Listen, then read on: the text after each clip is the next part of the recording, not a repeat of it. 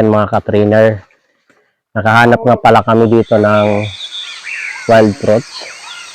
Tawag dito bubunaw sa amin. So madalas siya nakikita sa gilid ng mga ilog na tumutubo. At siguro season niya ngayon. Ano season? Season niya ngayon. Kaya marami yung bunga. Ayan, kumuha na si Habulin Vloggers ng kawayan para ayun na, hinog na yan. Hinog na yan. Ato, ayaw butang. Ayun na. Akan natin. So, ayan, tawag dyan, bubunaw. Ayan. Para siyang lansones, no?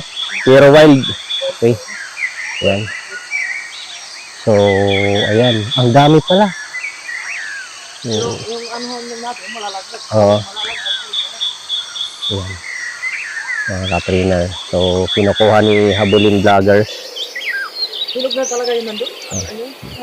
Hinog na. Okay guys, mga ka-trainer. So, nandito tayo ngayon sa ano to dito, Katuluan. Katuluan River. Oo, so nandito kami sa Katuluan River. Kung makikita nyo, mayroon akong hawak na wild fruit. So, kumbaga ito ang wild na lansones. So, kadalasan nakikita natin to sa mga tabing ilog lang. Libre lang ito. So, isa itong survival food namin kung nasa field kami. At ngayon ay nandito kami sa Katuluan River at pupunta kami yung pools na sa unahan. So, habang sumisisid si Habulin Vloggers, kasama ko nandun sila. Nakahuli na kami ng 2 dalag. So, nakakita kami nito. So, ayan, kumuha muna kami para kainin. So, ito po yung tinatawag dito na bubunaw. Pag yelo na siya, hinog na to. Ayan. So, ayan. Bibiyakin natin para nyo makita. Masarap to.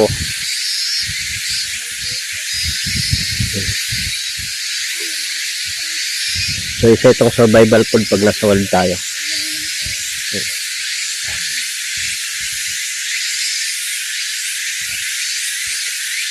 Yan, nakakain na rin kami.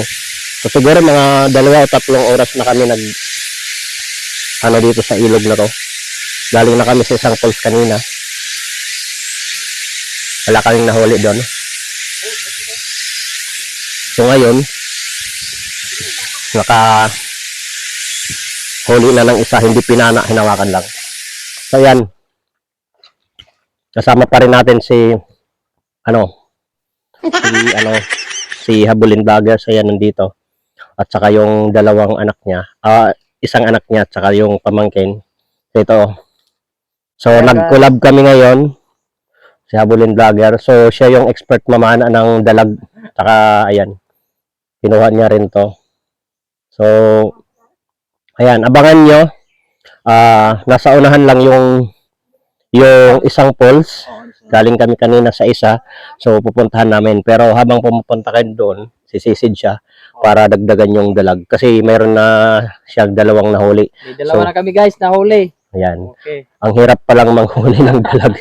So, kaya nga, kinakain ako ng lamig guys, pero sige pa rin. At least, hindi nasasayang yung effort natin. Mayroon pa kami nagagawang content, tapos mayroon pa kami prutas na wild. Ayan. So, ayan. Yan lang muna. Bye-bye! Bye guys!